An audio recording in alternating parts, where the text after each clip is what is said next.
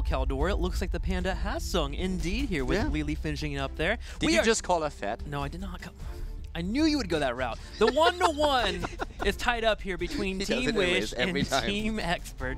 We're getting ready for game number 3, and some came in and probably doubted Team Wish could even hang with Team Expert, but they are making a case here to take this series possibly with the way they've played the last couple of matches. There's Expert's map choice as well. So taking that into consideration, like Team Wish showed up on that last map. We're ready for Battleground 3 actually, so let's go ahead and take a look, see where we're going. It's gonna be Battlefield of Eternity. Ooh, Wish's choice as well. Yeah, Wish's choices, and they were beating all the expectations so far. Nice. You stole that from Reddit? No, Twitter. Well, BOE will be the battleground here. We have to throw in a caveat. Since they changed their name, the puns have been on, and we apologize profoundly for that. But the first weekend, you have to endure it. Happens to be the playoff weekend. I mean, that's just, it's in the rules. You can look it up. It's right in there. It took us 3 weeks to get rid of ducks. You know, we did a lot of duck puns. We and mixed we them in here still come and there. back to it. And every single time we have a name change, it means all the puns are bad. It's not our fault. It's not the puns of one team. It's all the puns are bad. It's actually in the rules. You can look it up. It's right there. Team gets a name change, puns for a weekend. That's how it works. That's the rules. Well, it's time to go to BOE here. A map that both teams have been great on. Team Expert probably a little bit more as of late. Ooh, Insta-Tracer ban. I like that. One problem solved. We come back to the research yesterday. Ban Tracer. Yeah, it's quite good. All right, check mark right there. Well, Team Expert at this position in the draft is looking quite favorable. No, I'm just kidding. But Tracer being taken away. That analysis. Tracer ban. No, Tracer being taken away is a big deal. Game over. Because I like that they show that respect to Plix. Yeah. Because he's had just stellar performances in general throughout the playoffs on that hero. And now that we have Avatar ban, I was just about to say, if you ban out Tracer here, you all of a sudden open a lot of other meta picks, because now Tasseta's open and they can take Tasseta. Since if you are on the side of Team Wish, you already know what high of a priority Expert currently has on Abathur, that you don't really want to give them Abathur here. But if you ban out Abathur, they take Tasseta and vice versa. So with the ban on Tracer, you're all of a sudden in a situation where you know that your opponent is getting one of the two of them. So you are again in a lesser of two evils scenario where you can say, what can we deal better? And they decide in favor of the double support, but the lack of a side soak on the side lane. Aside from a couple stage dives, I think that Mopsio had a pretty good performance on ETC in the last game, specifically when it comes to like peeling for the Rhaegar in team fights. The stage dives were what was questionable for me, but on a map like this, like, and that last game was super stressful for him as the global, so like taking that into consideration. Here's the thing with Mopsio, like he had on ETC when there was only mosh pit being played, in the first games where he played, he always, you could really see he tunnel visioned on mosh pits, and he really just like went way too deep, died, went way too deep, died, went way too deep, got a mosh pit off, it hit one hero and he died again. Then he kind of calmed down and got so much stronger, but you can see the pressure on him when he's now in these scenarios where he wants to make that one stage dive where they force it, and then you have a scenario as he stage dives. Like I understand the thought process when he does stage dive. That's where he needs to. Sometimes it's not like the high percentage play that he might be looking for. This is the moment. Like this is something that is for them a huge development process, and they've gotten a lot better with it. But on this particular front line, they need to have a little bit more calm and quiet, and just the confidence to say, hey, not now, we have it later. And he got a lot better already with it overall. And that's, for me personally, if they can improve on that, that would be great. Because as you said, he's peeling for the lines and always positioning like protecting is really everybody. Good post stage dive. So good, exactly. It was great. And so they end up locking in the Greymane and Tyrael, all around solid picks. Overall, Greymane's got really good Immortal Burn and split push potential. And then obviously like the Tyrael Greymane synergy of being able to all-in a target. This is textbook Team Expert right now. They enjoy bringing the fight to your opponent. Absolutely. They want to play around cooldowns. They want to hit that sanctification and go for the fight. So this is textbook Team Expert. It's a matter of how will Team Wish handle this. I would still expect the Rhaegar to be taken if they get the chance to, if it's not being banned out by Expert. With Vala, you are also very likely to see a double support again. ETC already is great, so with ETC, I feel you can make an argument of not going double support if you're forced into it. Because ETC can really just protect you a lot better. He has the peel with a face melt. You can go, even on this map, into Prog Rock, even though it's not the best map for the talent. But overall, bit of a respect ban there. Yeah, but overall, I would still expect a double support on the end with that follow-up. With Vala, usually it makes sense. You can still be. I mean, Vala is capable of doing enough damage to run double support consistently and still not suffer. As long as you have the double support, you can be so aggressive. And talking about respect bans, now we have Malthael banned out. Yeah, both the offlaners get their respective respect ban. It's pretty hilarious. Like, we see the Sonya there, Malthael respectively for Zarmony. Now that puts actually a lot more pressure, I think, on the offlane choices. So the Haka, for example, could now being picked right away. High priority. Yeah. I could see a couple of routes Team Wish could take, and like Genji Uther is still available as well. That's something they've shown priority in the past. It's like they're trying to decide what sort of team comp they want, in the sense that they could go double support or they could go like Genji Uther and more all-in style. Yeah. And honestly, against a Greymane Tyrael Tassadar, I wouldn't be opposed to them just taking the back seat and playing the more slow double support. We're gonna sit under our Immortal and wait for you to make a mistake play style. Yeah. But I mean, Shad has also shown a preference for that Genji. Definitely true. Now, I'm curious on that part as well, but you're right. The Uther variation would be one, then you can go into the double support with Rhaegar. Rhaegar, potentially Brightwing. Okay, so there's our offlaner. So they deny the Arthas too. So Arthas over the Haka and Rhaegar. So we could ETC again see with Stage Dive over Mosh Pit. Arthas taking the solo lane at the start and then ETC later on, depending on what the solo laner for Team Expert is going to be. But yeah, likely that we're going to end up with another support for them. Yeah, Team Wish looking to have the hang back and wait, as you were mentioning here. Arthas controls chokes well. If Greymane makes a mistake with that dive, you're able to lock him down. Tyrande?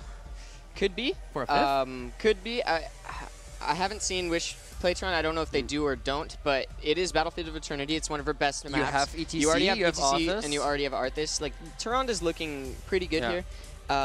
One thing that I'd like to note about the Arthas pick in particular, he's one of the few like off-lane secondary frontline heroes that can survive a Sanctification and get value in a team fight afterwards.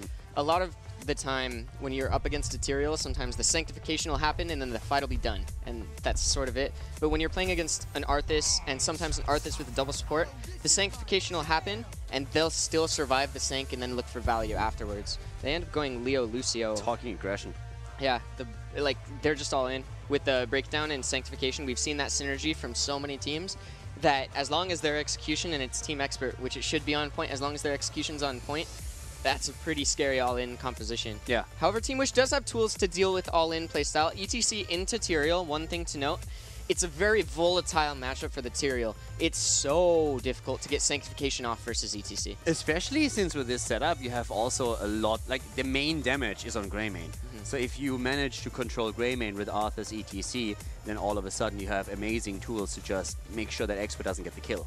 I think this game's going to come down to Bad Benny, and will he get Sanctification off without it getting interrupted by any of ETC's options, or Vala with Reign of Vengeance if she opts into that. And what's difficult, the simple solution in that scenario is you just have your support pre-cleanse the Sanctification and it'll go off regardless, and that sort of synergy we've seen happen. But Lucio doesn't have a cleanse, so it puts that extra emphasis. I like that. I like that a lot, actually. Too. With Greymane being the solo damage, the blinds make a lot of sense. I was just about to say that I would have hated a Tyrande now that they revealed the last few picks, because you can really tell they want to speed into the fight. Tyrael jumps in, drops the Sanct, and everybody jumps in. And if you have a Tyrande, she's gonna die within seconds. But a Lily?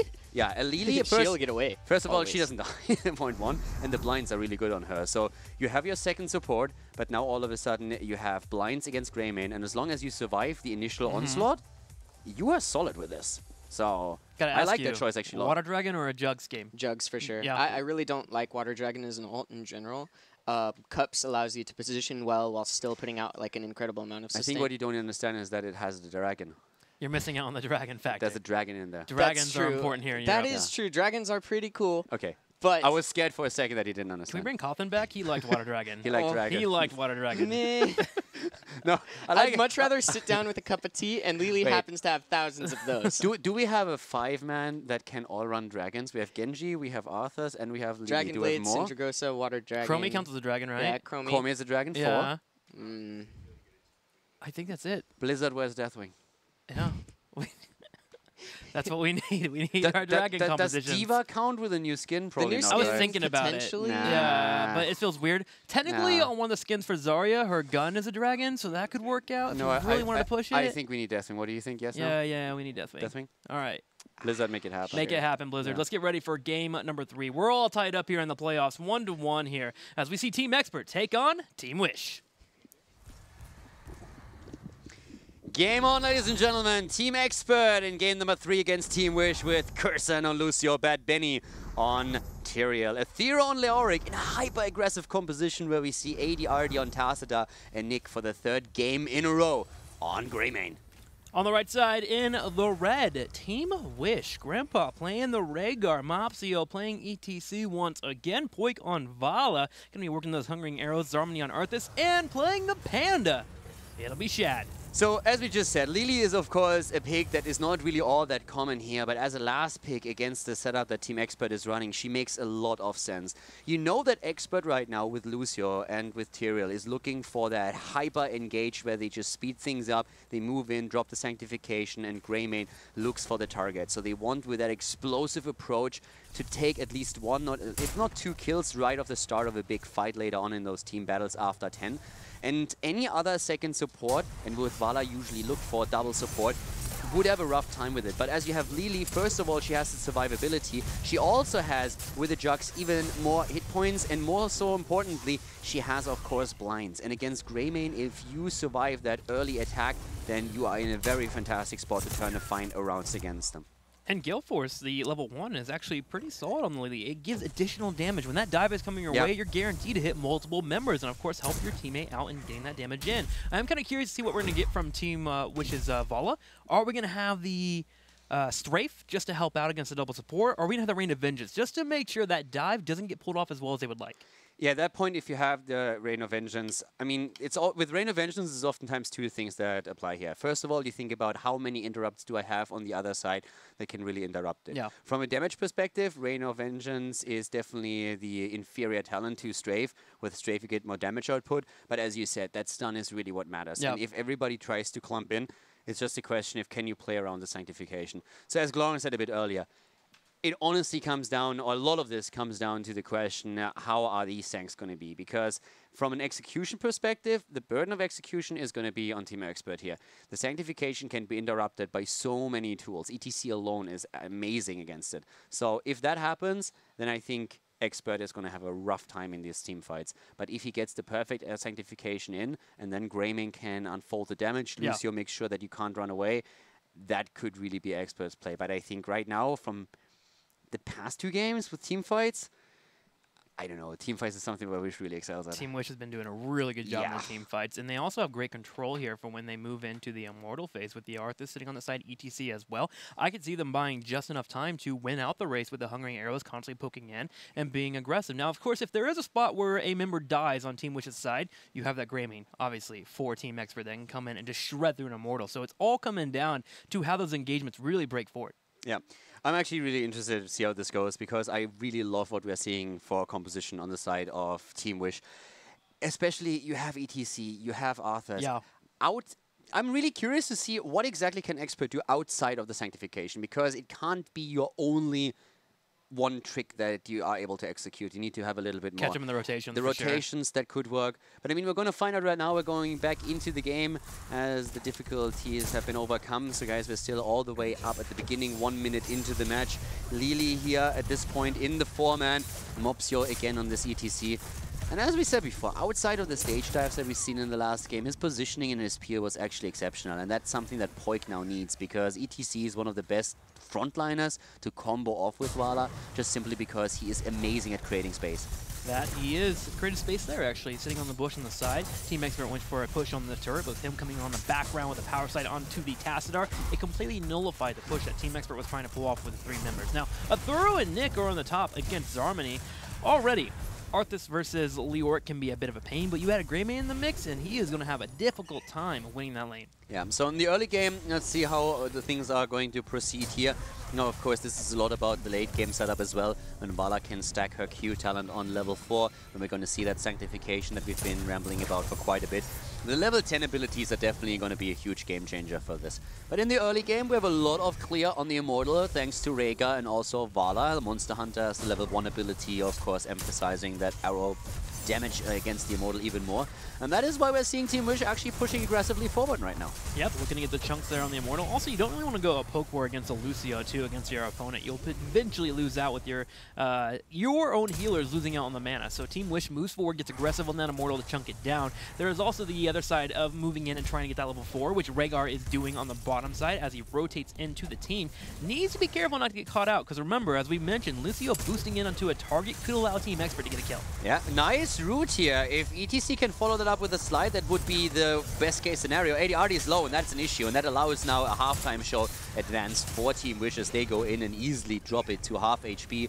Greymane has been delivering some damage at the top. An interesting adjustment here on the side of Leoric, going into Paralyzing Rage on level 4, so even more slow now on the side of Leoric, not going into Neil Peasants, since he doesn't need it on this map, which doesn't need as much wave clear as other 3-lane maps. I was actually a little bit interested too about the lifesteal there for Call's Embrace, helping out the Greymane, trying to make sure that when he dives forward, he can get a couple of procs of healing. Grandpa gonna need some healing now as he's getting low, but with Lily coming to the side with a blind shadow, be able to help out. Yeah, so it's a 4-man defense, 5-man right now with Team Expert trying to defend the Immortal. Greymane is finally breaking off to the left side, but still, this is the approach as we see Wish coming in again, stun circles on the ground, but they're still fine here. They go for the Immortal, and that should be an easy win for them. Or will it be, because Nick is coming back, and here comes once more Zarmany. Mopsy already the power slide into the back line.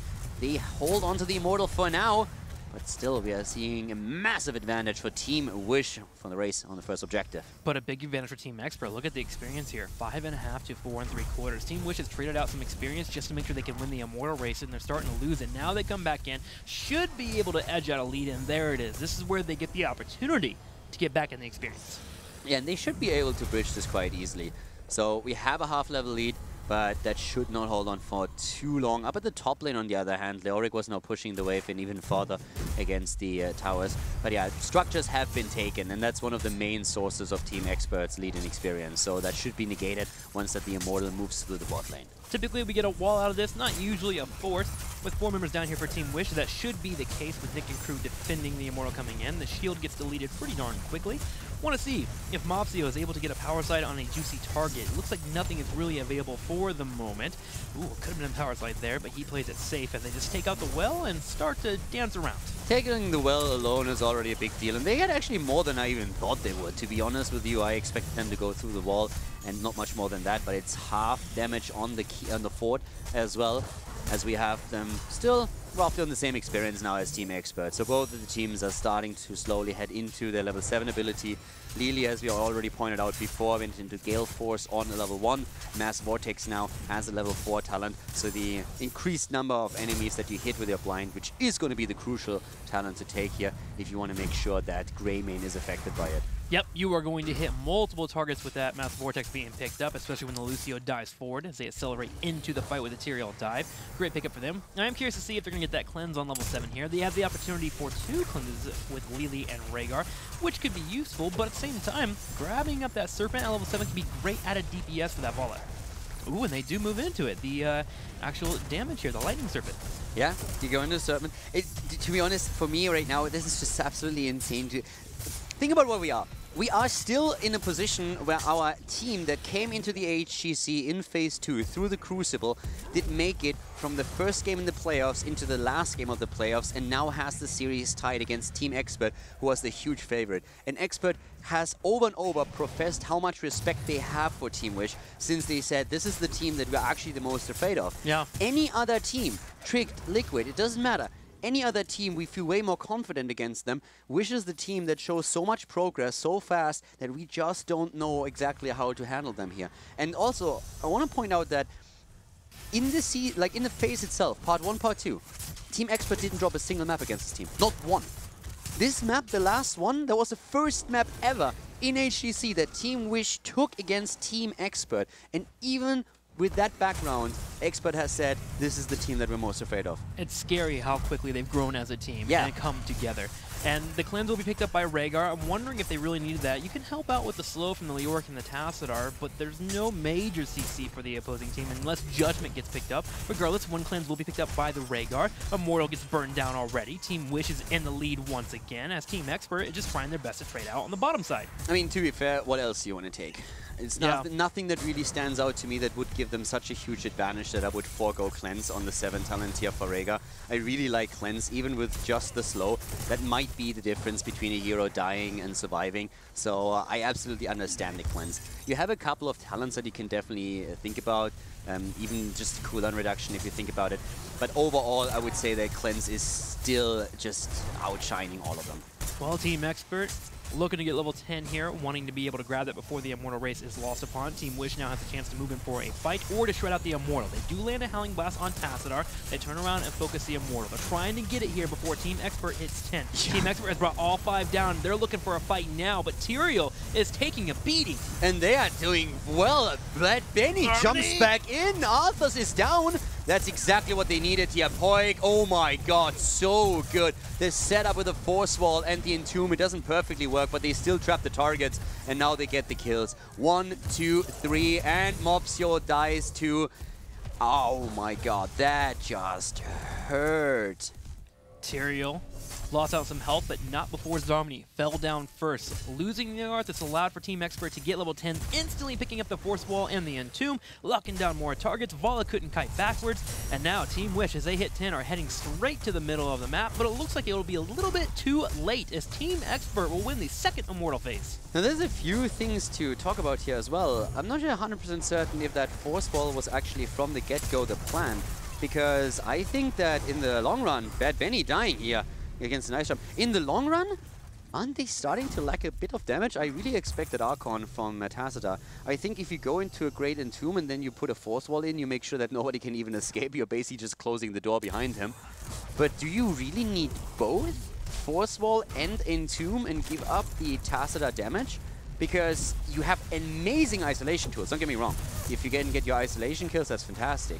But in big 5 versus 5s later on, you might start losing out on a bit of the necessary damage that you have. It's going to be interesting to see later on in the game. It does make it a bit harder for Zharmony to overextend on that Arthas. Having that Force Wall means he has no ability to get out from a fight. That could be the intention here for Team Expert. But it's 2 supports. Exactly, you have 2 supports with Jux and with Ancestral. And let's keep in mind, in that last fight, they didn't have their level 10 abilities. That was the main reason. So now all of a sudden, if you think about the talents on Arthas in particular, we have him with the Icebound Fortitude on level 7. That helps him. Army of the Dead is in play. Now we have Jux and we also have Ancestral Healing. Yeah. So those were snap-picked talents.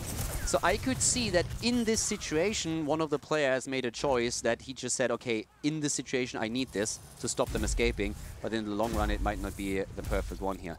Well, again, see. Arguments being made for both sides, no doubt about it, but I'm curious to see how that plays out in the later stage of the game. At this point, what we also have to highlight is that Team Wish, as they engaged into the Immortal, made actually a miscall.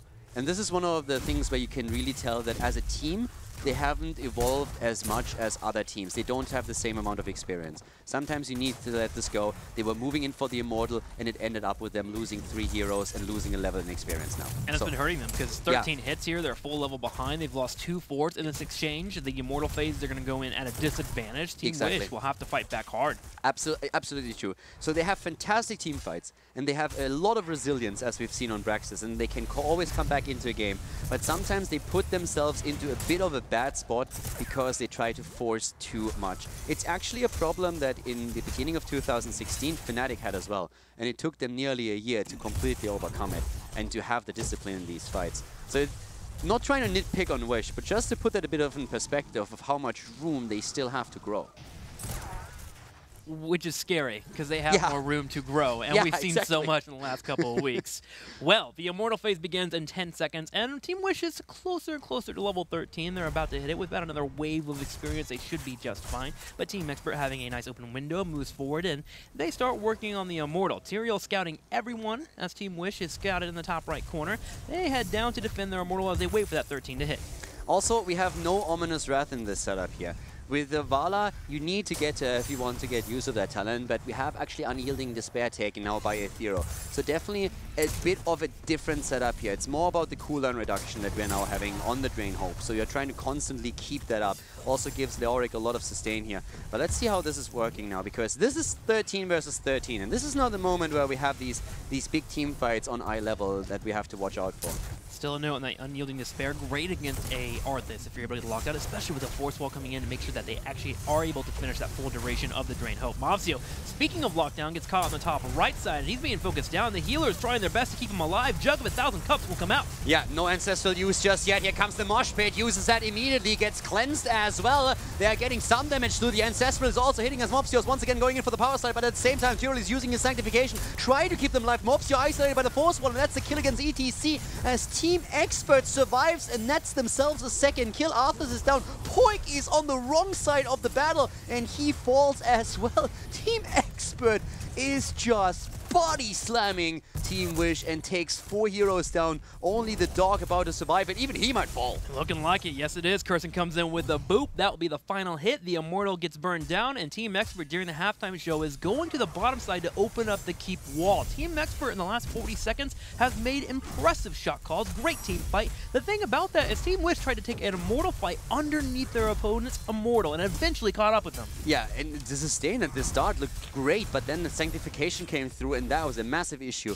Also, Mobsio went really deep, and that was when Lily actually used her jugs. And you could tell, I'm actually not quite sure that Lily was supposed to be the one that saves him, because you could see Rega. Rega was trying to move top to save ETC, but that was the moment when ETC moved back down. And because of the terrain, Rega had to go all the way around again onto the bottom side if he didn't want to move into 4 heroes. So that's when Lily finally started to pop the jugs and try and get that through.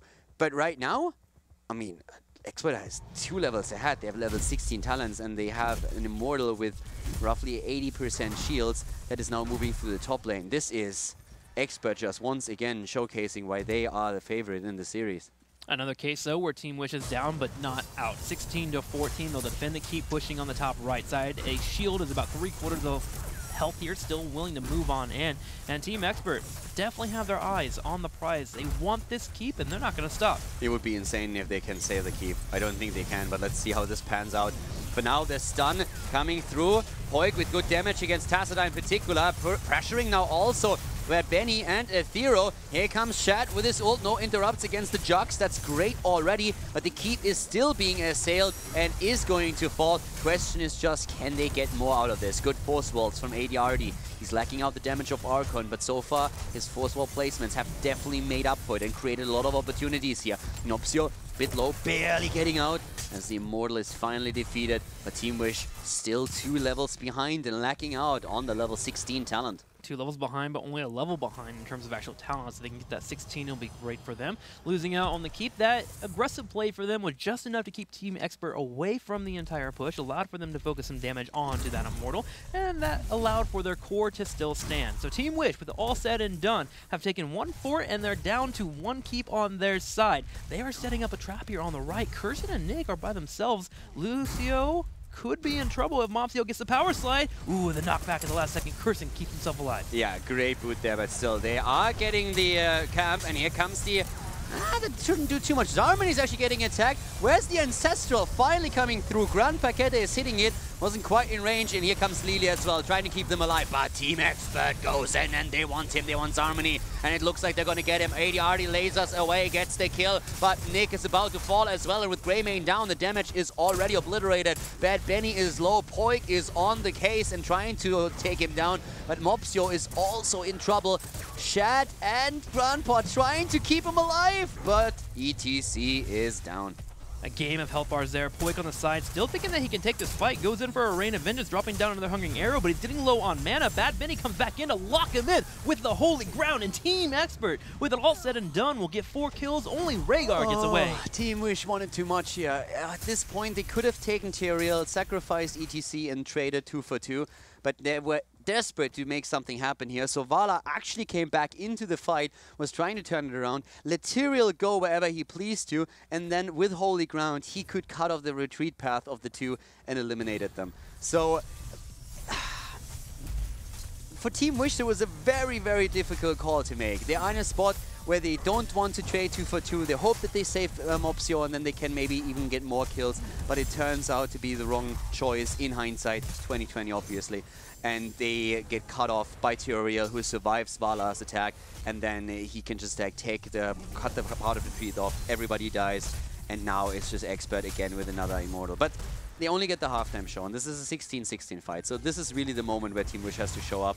If they lose out on the Immortal here, recovering from that spot would be insanely difficult. So this is really the moment when they know, okay, it hinges on this fight. Let's make sure that this one counts. The crazy part about the last fight to me also was that if they could have bought 2 more seconds, Army of the Dead would have been up. We would have had Arthur actually stay alive, and they could have turned it around. They bought him a good 8 seconds between Rhaegar and Lili. Immortal is going to be the race here, as Rhaegar is back home defending the catapults. That's, of course, the big play for Team Expert, just delaying everything until catapults are once again on the core. But yeah, Rhaegar to go back, and immediately that triggered Expert moving in. And Mopsio is once again low. Mopsio is here constantly in trouble. AD is putting so much pressure on him, it's awesome. Bad Benny being attacked, Lili already with the jugs. The 20 power spike of Wish would also be insane if they ever get into that position, but now they are 2.5 levels behind, so it's a bit unlikely. But a win in this fight could change everything. Mopsio already softened up by the quick storms that we're seeing from AD. They're starting to take the position. Power slide, Howling Blast, Mosh Pit. They really want Nick, but they don't get him as Lucio drops the beat. Mopsio's in trouble, locked in an Entomb. The Ancestral a second too late, just a hair, and Team Expert continues to chase forward. They find Vala. Poik has fallen, which means this team fight is done. Team Expert chasing a 3rd kill as well, and now with the wave pushing on the bottom side, they can move for the keep. Can they even go core? Yeah, they should be able to. I mean, at this point, you go for the keep, you get it, no matter what happens, the keep is gone, and from there you should be able to also take the core. Even if you don't move for the core here, if you take 100% shield Immortal at this point, which is your second option, that Immortal alone is going to win you the game. So Team Expert is going in, they are going to take game number 3. Wish put up a decent fight, but in the team fights, they just got destroyed every time. Expert with perfect execution and really good target calling in those battles was able to make it work and have retaken the lead. A couple of team fights not going well for Team Wish. Team Expert turning it around, grabbing a lead and pushing it forward. They'll go up 2-1 in the series. Glaurung, how did Team Expert get this win? Perfect synergy, honestly, between like the Lucio and the Tyrael and just the positioning in the team fight. Whenever they used their ults, the players seemed to always be in the right position. And I honestly think that was what separated Team Expert from Team Wish. Like, Team Wish didn't seem to be the same team that we saw from Braxis. Sure. From the team synergy, it seemed like there were a couple miscommunications here and there, but on Expert's side of things, the cohesion and chemistry was on point. Yeah. Were there any major replays that you had from there, or was it mostly just that? Okay, yeah, so we have 2 replays we can go into. Okay. And the first replay is right before level 10, and like this one is a big moment. The Immortal is it's being rushed down almost by Wish, and Expert just needs to get that level 10, and then they can turn this around completely. But if you watch Curson on Lucio, he positions well. Like, Bad Benny gets away super low, and Curson, he goes in and just finishes out and just makes sure he's backing up his team at all points in time. And they end up getting that level 10, securing a couple more pickoffs with that Entomb, and it ends up just securing that Immortal for them, and it's a huge deal. Okay, I have to talk about this for... Okay, we'll go with this one first. If we can pause this really quick. The one thing in this team fight that I want to notice is just watch Bad Benny throughout this team fight. His positioning on Tyrael is really good. And also, Grandpa is looking for the Ancestral. You can actually... This is the moment that I talked during the game. If you look where Mopsio is, Grandpa is always trying to get into Ancestral range, but Mopsio in a second is also going to move down, which forces Grandpa back down. Oh, yeah, that's right. So Grandpa Keta is just rotating around, and you can see him in the background just desperately trying to find that angle. But right here, it's just the awkward situation when you're fighting into a Lucio or a Tyrael underneath their Immortal. Execution has to be on point, and you see Grandpa Keta get the cleanse on the Mosh Pit, and the Mosh Pit lasts for a very long time. But, like, so much value out of Sanctification and Lucio's ult here is just enough. And then you fight on the Immortal and the stuns alone. It's like you're playing almost a 6 versus 5 in this scenario. And but they just played so well with their defensive cooldowns. I mean, these two examples, the first one in particular, you talked about the pressure of the shot caller. You talked about the situation that you're in, and of course we all know that in this particular setup there's so much on the players, so much pressure because you want to go to BlizzCon. But these choices, what do you, like, if you engage into that fight, what can you honestly win? So the Immortal, like, bursting it down against Immortal Circles against this is nearly impossible. I was talking to Tim a bit during the game, and I feel like this is one of the, I feel both replays, but even more so the first one, is where Wish has a lot of room to improve, where they just don't show the discipline yet that other it seems hasty almost, you know, the decision making. Where more experienced HGC teams show a bit more discipline, that this is something, if they fix that, they would be indefinitely stronger than they already are. I definitely think throughout the entire Immortal phase of that game, Team Wish wasn't as patient as I would have liked to see from them. And I think that's largely attributed to the fact that the Arthas was not as good at soaking the side lanes as, say, a Leoric or something. If they opted in potentially to a different tank that can sit in the off lane, garner that soak, and play that defensive style and get that XP advantage, it could have been a different game. Yeah. But, yeah, I think they were a little bit, like you said, undisciplined that game. Do you think it's also a map issue where they just, I mean, it was their choice, so it felt like... I feel like they had success in scrims with that aggressive sort of play style, and it just, Expert played really well, and they sort of failed to replicate. That's at least what I would anticipate had happened. Yeah. What do you think about that Force Wall and the Leoric Entomb? Was that made in the moment, or was that more of a thing of trying to focus down the Arthas? I think it's to sort of create chaos within the team fight to last a long time and get value out of the defensive ults. Because with the team's composition we saw from Expert, what they need to do is survive long enough for their consistent damage outputs like the Greymane to come online and then win that war of attrition. Gotcha. So Entomb and Force Wall just kind of add a little bit of chaos to the fight so that they get the things off that they need to get off. Awesome. Well, we'll get ready for game number 4. Team Expert is 1 win away from